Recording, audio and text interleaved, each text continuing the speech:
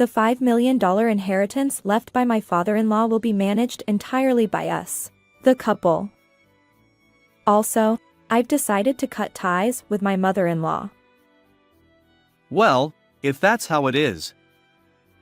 Mom, don't take it personally. During my husband's funeral, my son and daughter-in-law suddenly made this announcement. Honestly, it's not the right time for such discussions. They stood there in front of all the relatives, looking smug. I couldn't help but feel exasperated. Wait, you're cutting ties? Are you sure that's a good idea? Of course it is. That's why I said it. Understood. If that's what you want. Upon hearing my response, my son and daughter-in-law left the funeral venue in high spirits, even though the funeral was still ongoing. But I won't remain silent. For now, let them enjoy themselves. I'll make sure they experience their own version of hell. My name is Lillian. After graduating from university, I joined a major bank. Although my primary role was receptionist, I met my husband, who worked in sales, and we got married after 3 years of dating. Thanks to the bank's reputation, my husband's income was substantial, so I retired early and became a full-time homemaker, supporting him. Isn't he independent yet? He's almost 40 now. My husband's complaints were never about work.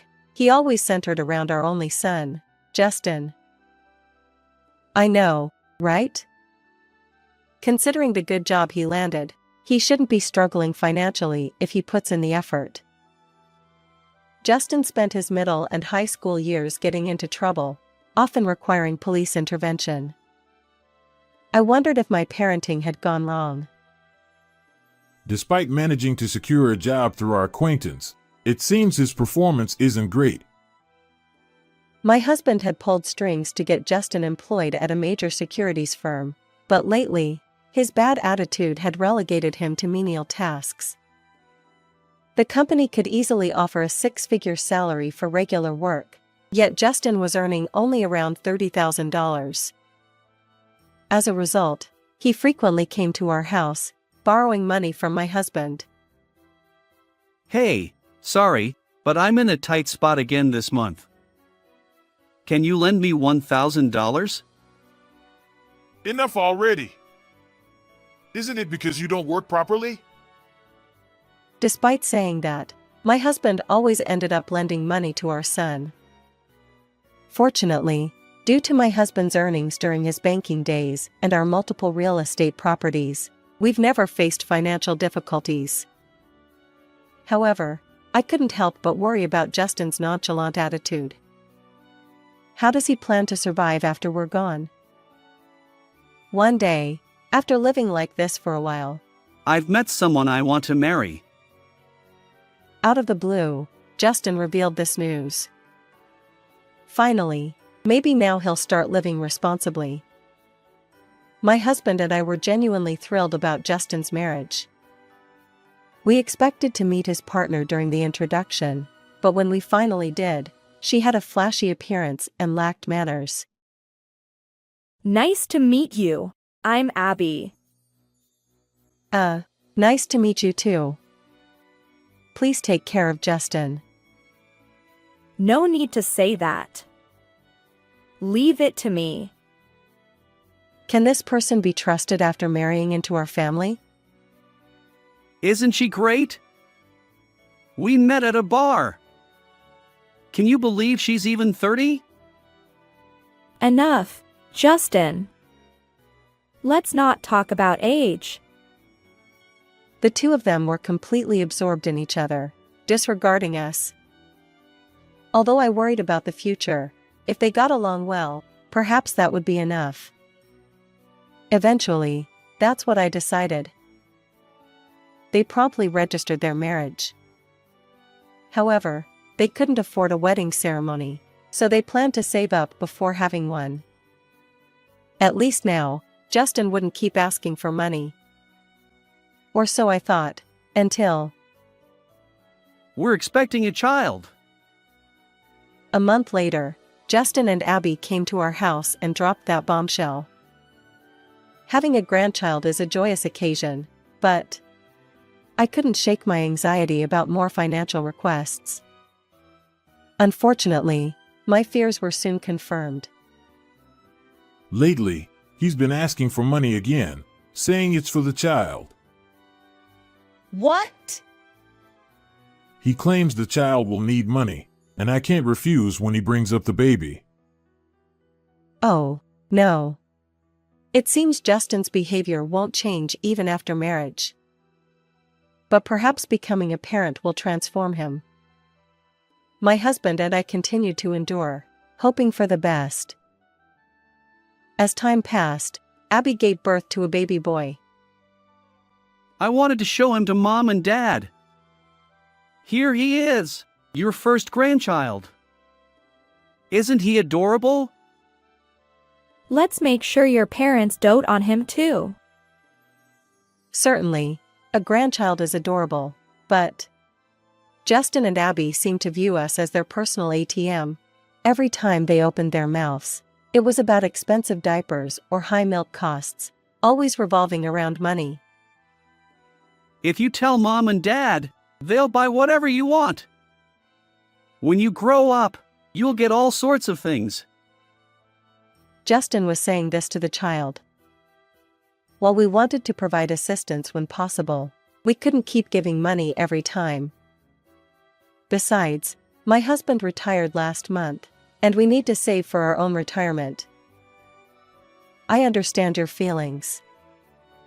When Justin was born, I remember the financial strain. But now that your father has retired, and we have our own future to consider, perhaps providing support within reason is a good approach. As I addressed Justin and Abby, Abby's expression turned visibly sour. She then glared at me and retorted, You do have money, right? Don't you find your grandchild adorable? I'm not asking for tens of thousands of dollars, so what's the problem? But my husband has been lending Justin around $1,000 every month. Can't you manage with that? That's a separate matter. Anyway, please take proper care of this child. Exactly. Listen to Abby.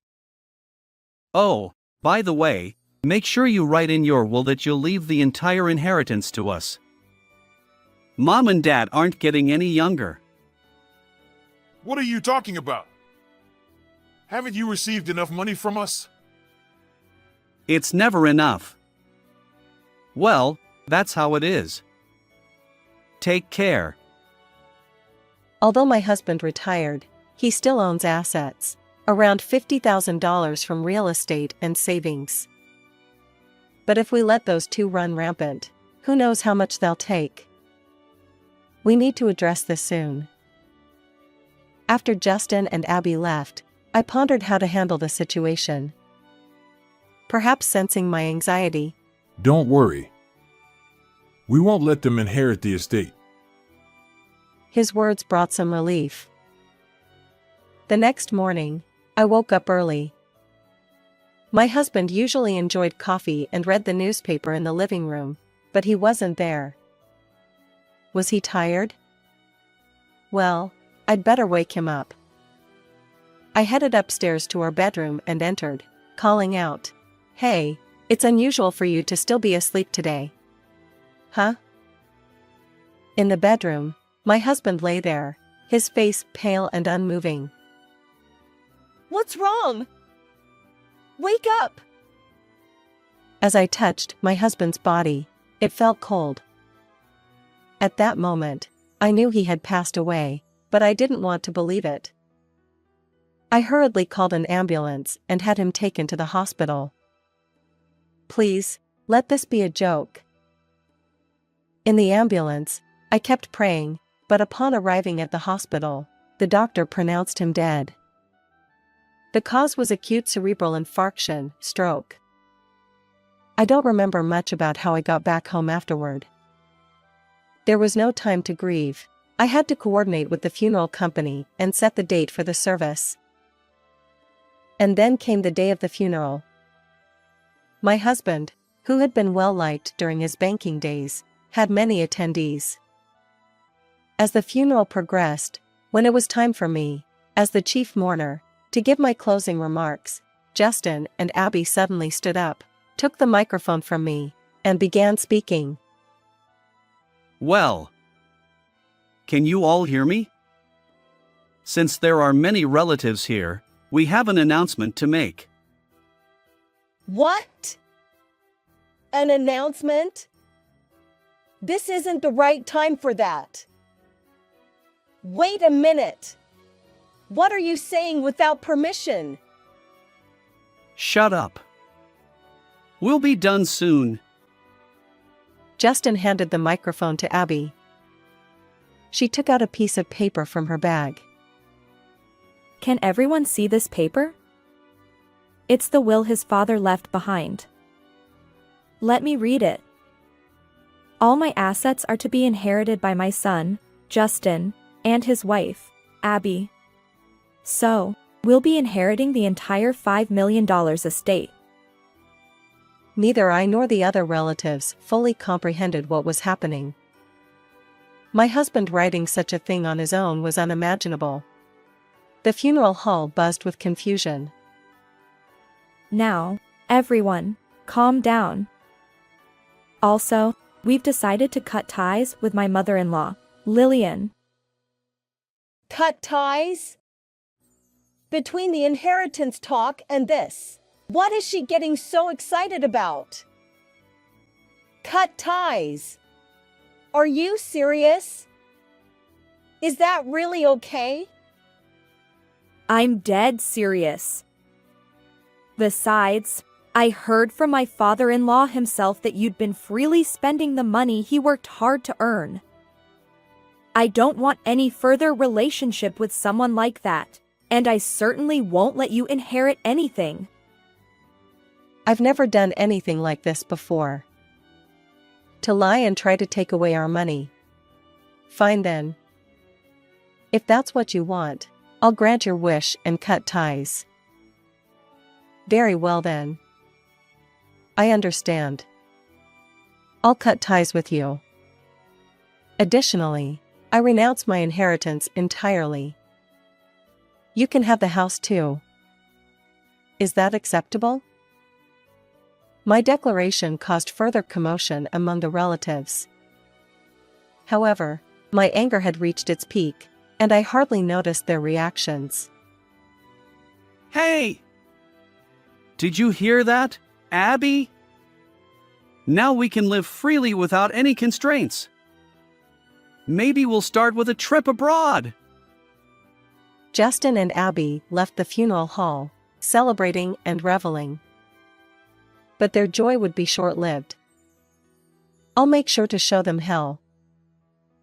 Aside from Justin and Abby's disruption, the funeral proceeded without incident. When I returned home and began packing to leave, Justin stopped me. Mom, don't bother coming back. Well, of course, that's my intention. And you too, please stop relying on me. We won't need to. You're penniless and no longer useful. Abby, right? Exactly. Since we were after my father-in-law's inheritance from the start, we don't need you around. These two really underestimate me. Talking to them infuriates me beyond measure. Ignoring them, I continued packing my belongings in my room and my husband's room. As I did, I noticed an envelope in one of the desk drawers. What's this? Upon opening the envelope, I found my husband's handwriting, a will. What on earth does this mean? I wondered. Nevertheless, I decided to keep it safe and put it in my bag. Since we probably won't meet again, I said as I confidently left the house. However, I had nowhere to go. I couldn't keep living in hotels forever. To find a permanent place, I visited the real estate agency I usually dealt with and signed a lease for an apartment. A week later, I transitioned from hotel living to apartment life. The room was smaller and far from luxurious, but the rent was affordable for a single person. Well, it's almost the end of the month, so I wonder if those people are making a fuss. As I relaxed in my apartment, Justin's expected call came. Despite all their bluster, they still managed to call me.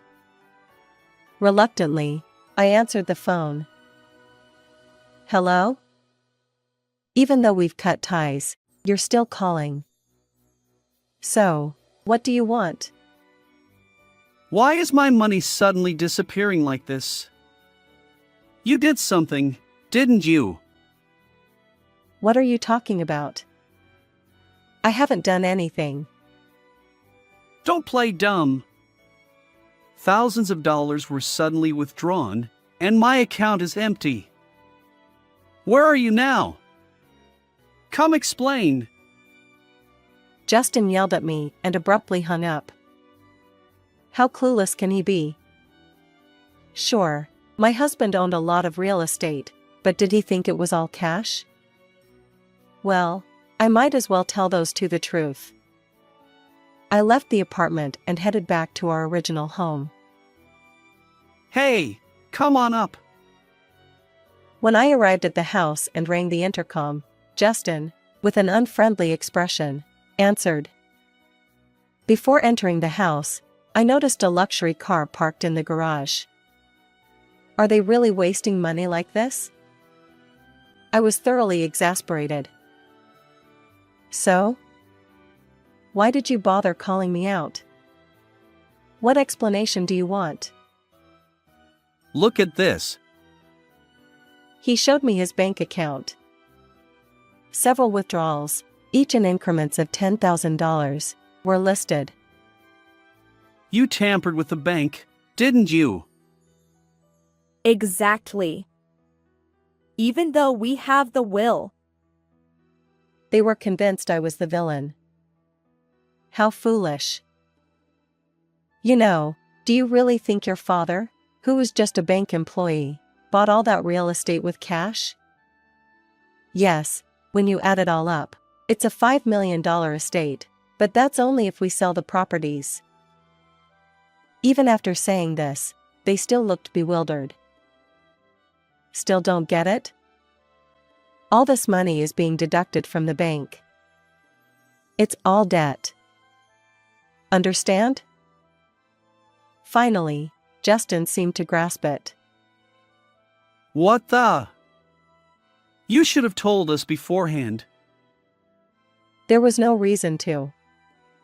After all, you two inherited everything from your father, right? Well, there's still rental income, so it won't go negative if you manage it normally. Yeah, but we bought a car this month and went on a trip, so we're broke. Can you help us out a bit? At that moment, I slapped Justin across the face. How self-centered can he be?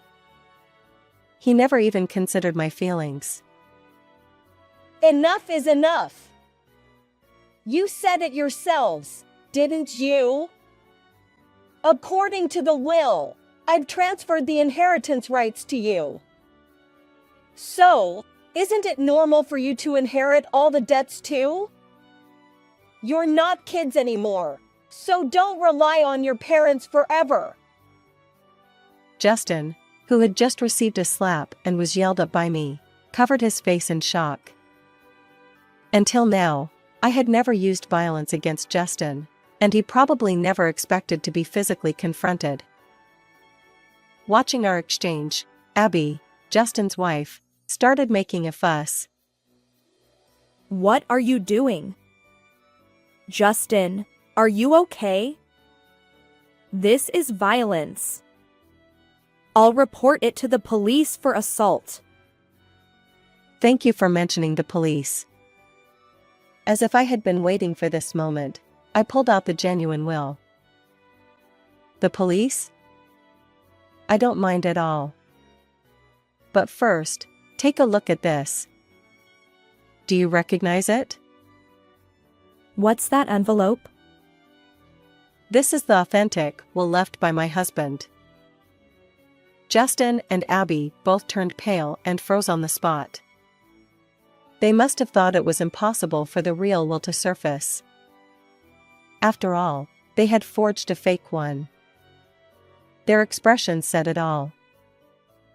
What are you talking about? The will was handed to me directly by my father-in-law. Then show it to me. I confronted Justin and Abby, who reluctantly handed over the forged will. When I compared it to the real one, the difference was clear.